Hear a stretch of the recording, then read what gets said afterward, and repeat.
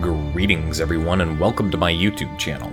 I'm your host Captain Ryan. Today I've got something a bit different. Yes, that's right, something that's not World of Warships or other wargaming title. In fact, it's a new IP that came out here just a couple of weeks ago, went into early access, available on Steam. It's called Osiris New Dawn. And if you can hear that background music, it's got some epic soundtracks in it. The game itself, absolutely beautiful, absolutely stunning. In fact, the game kind of opens up with a little bit of The Martian feel, if you saw that movie. And in spite of being an early access game, it's amazingly complete. It's got so much stuff already in it that functions properly, you know, more so than even some completed games have. So, while we get into the game, I do have to warn you that there is only currently about 6 hours of actual playable content right now. But that content is enjoyable. And they have said that they're adding even more content if they haven't already. So here we go into the character creation screen. I'm just going to do a single player game here, but you'll notice there was a multiplayer tab. That multiplayer tab actually does work. And if you guys are interested, I could create a private multiplayer server and send out you wonderful subscribers an email code, and we could actually all work collaboratively to make an amazing little base on this planet. And that's how the game is meant to be played. You can see there all the different classes, the different factions that you can pick. The game is meant to be played as a multiplayer collaborative, so that no one player actually does particularly good or particularly fantastically in one area, but you can play it by yourself. Here we get the color customization options for our little astronaut here. And, you know, the colors, they're pretty basic, but the fact that it even has color customization, that's actually really, really cool. And you can create different combos of color patterns and details and whatever you want. And the different factions have different colors optionability. And finally, you can change the glow of the jetpack, backpack, whatever that pack is on your back there. You can change that glow to whatever suits you best. So let's go ahead and get me named. Of course, you know it's going to be Rye. It has to be Rye. And this planet creation is actually something new from their most recent patch. There you can see all the servers, and all of these games are hosted, well, all the server side ones are hosted by them, which is really, really impressive.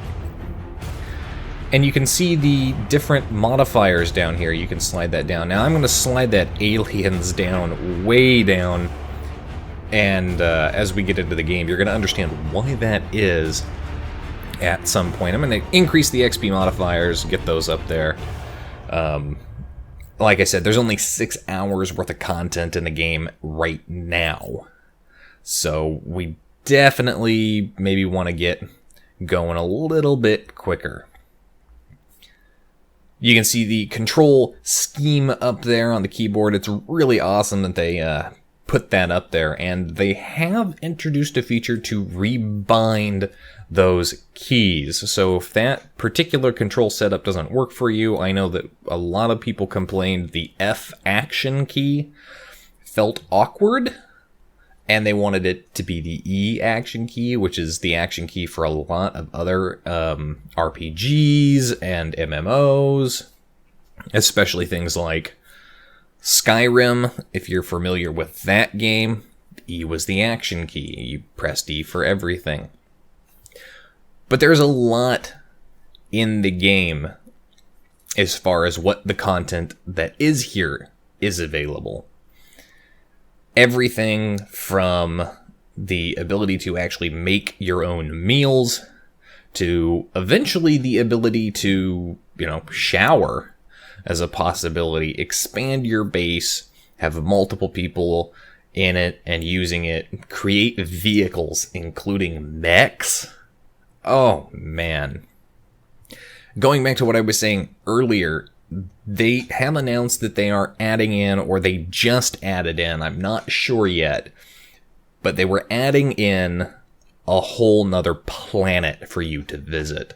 Now, the current planet that they have, pretty much everything that we're going to see on this planet is what they have on this planet. It'd be cool if they'd expand it and, you know, make other zones for players to visit, but right now, not the case. However, once you get into space, you can see other worlds, and we can actually see them from this planet. And the goal is, eventually, you'll be able to go there, visit those planets, and set up bases there, and just kind of expand and explore, fight off weird aliens, or tame them, and fight off other factions in a PvP, PvE situation. So as we get started here, we have spawned in somewhere on the map, and we've already got a suit breach. Yes, starting off just like the Martian. So go ahead, select number 3, open up that patch tape, and right click, or left click in order to use it. And yeah, for an early access game, it just does look amazing. And look, you get hover boots, pressing and holding the spacebar, which is of course the jump key. It's like the double jump, and the hover boots work out fantastically. I've learned a few lessons playing this game that if you put away all your tools, if you have some tools in your hand and you use the hover jump, you don't go as far as if you don't have anything in your hands. It's like running. If you put everything away, you run a lot quicker. Get the ammo box, get the pistol here equipped.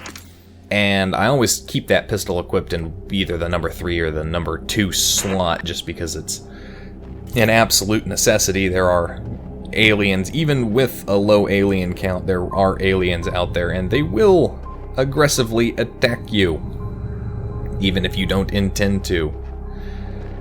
Now comes the question of where do I want to put my base up? Well, there's a flat plane over there, and there's a flat plane back there. And you can see some of the rocks here, looking at the map coordinates, and the map right now doesn't tell you a lot other than your grid coordinate on the planet, which is pretty cool.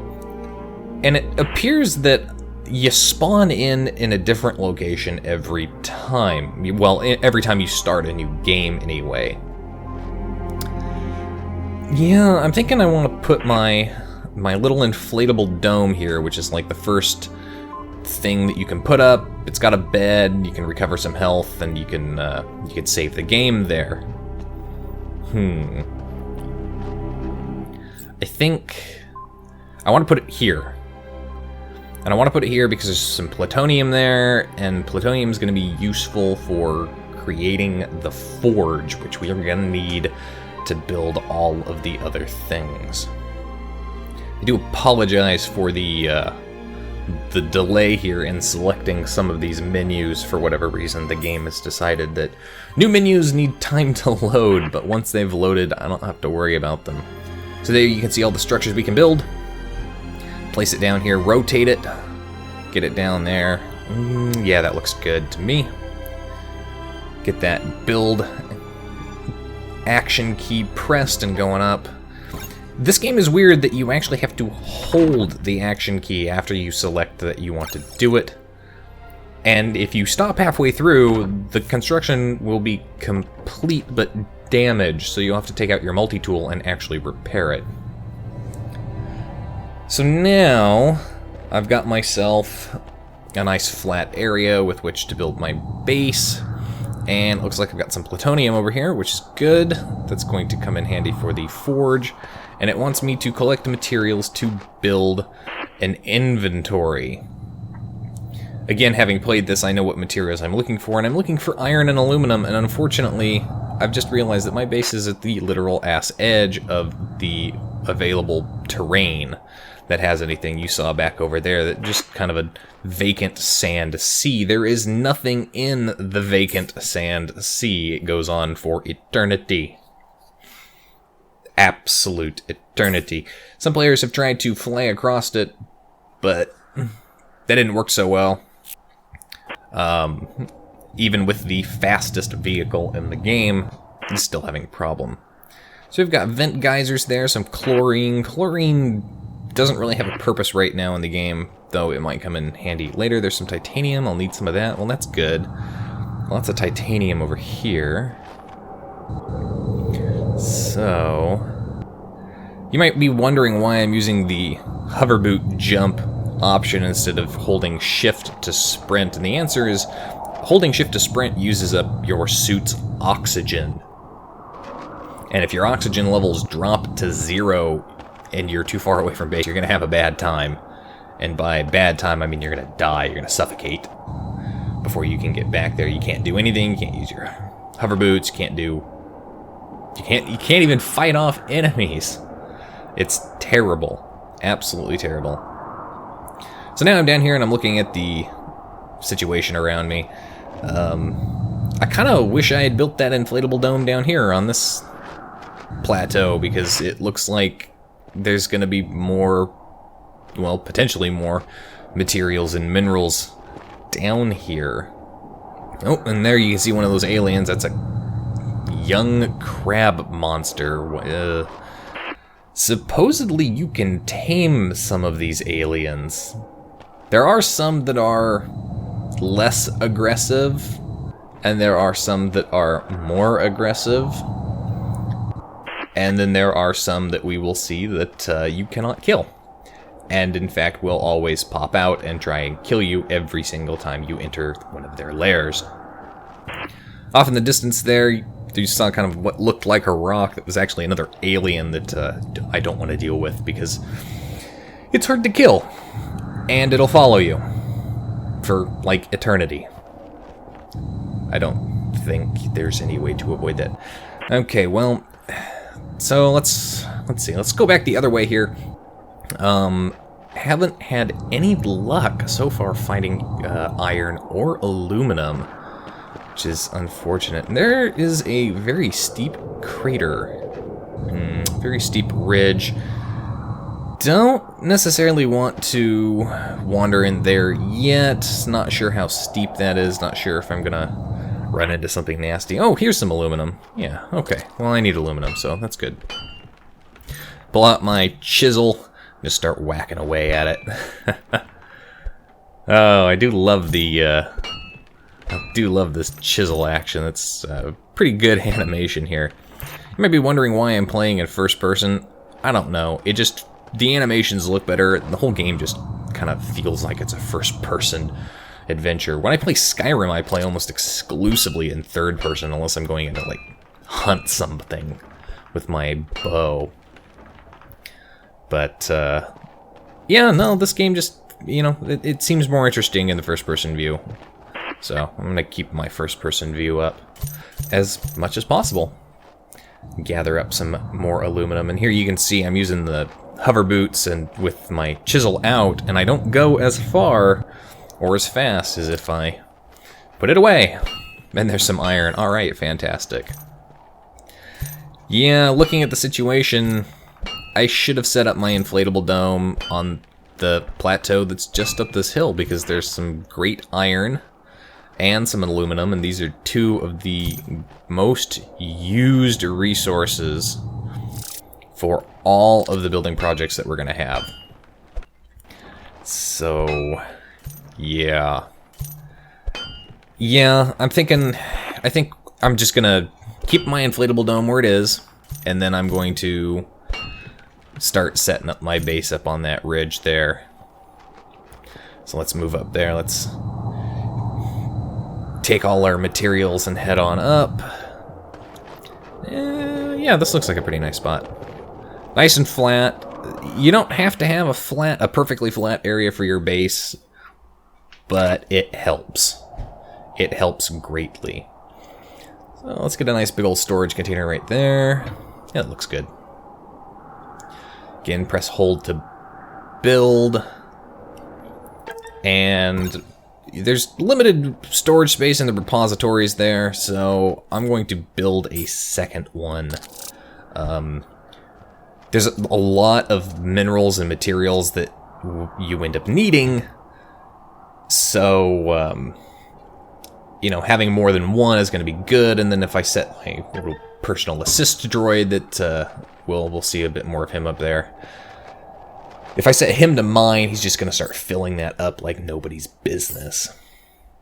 Alright, now I need a forge, and that's going to be titanium, plutonium, and some iron. Well, I've still got iron, which is great. And I know where plutonium is, so I'm going to head up there. And there's the assist droid up there. You can set him to do all sorts of cool things. You might be noticing that the screen looks a little blurry. It's a little bit of blur, a little bit of streaking going on. That is because of the weather effects in the game. Now, I could turn those off, but that kind of ruins the immersion. As you can see, starting to have little drops of water appear on my helmet. That is, in fact, because it is raining. And, you know, we'll see some dust storm action later in this playthrough, and we'll see some just ridiculous, crazy weather effects that happen. And the weather does really impact the atmosphere of the game. You know, you'll be playing and nighttime will roll around and you won't even notice it's night because, well, you know, you see their giant ass planet reflecting a lot of light. It makes it really, really easy to see what's going on. But when the weather's like it is, you can see it's starting to get quite dark. And, well, darkness on this planet can be particularly scary, and if you have the alien set up to maximum, totally infested, nighttime is a big, big challenge that first night, or even that first couple of nights, and being out in the darkness is definitely a dangerous, dangerous thing, because there are nighttime aliens that are creepy as hell. Will show up pretty much out of nowhere and start attacking you on your base. It's like, there was nothing here when I spawned in, but clearly there's something here now. And now I've got the materials for the forge, so let's get that built. And I think right there next to my repositories, that means if I overload myself, over-encumber myself beyond that 200% marker, I don't have to stumble very far to drag the contents of my backpack very far in order to get the materials into that forge. Now, generally speaking, I like to have all of my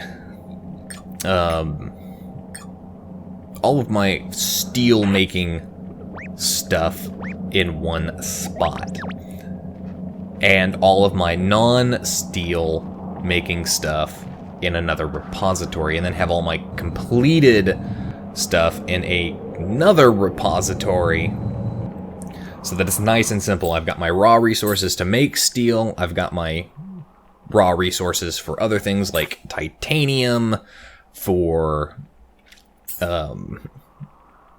you know, creating vehicles. I've got gold and copper for wires and stuff. And there we can see I'm going to need some copper, I'm going to need some glass, steel, always important, and aluminum.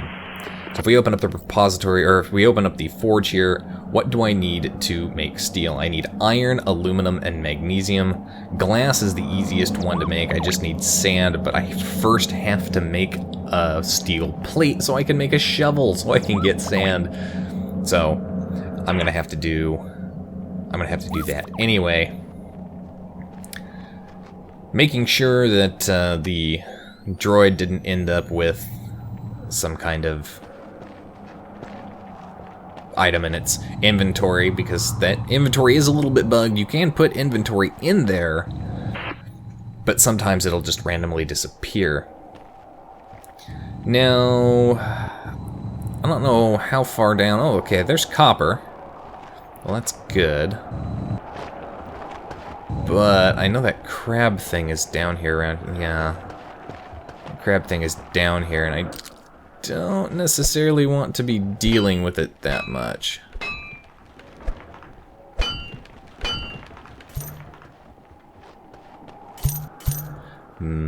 Okay, well, I'm gonna go get some copper here. And...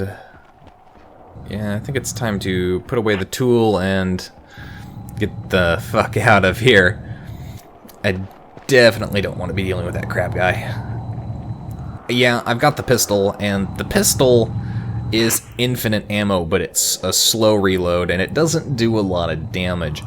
I do have an assault rifle, and the assault rifle does a lot more damage, and it's a lot faster firing. The problem with it is it needs ammo, and the ammo is expensive. I'm gonna go ahead and put this in my repository, and... You know what? No, I don't want to put this in this repository, because, well, that's... I mean, that's my steel-making stuff. Drop the plutonium down there. I don't really need plutonium for a long time. So I'm not going to worry about that. I'm going to go ahead and get the titanium off in that depository. And yeah, kind of just sit here at night, and you can see how dark it is with the weather effects. I've got my flashlight on, but the flashlight is very limited in its scope. It's like I can't see everything. Everything is just kind of a haze throughout there.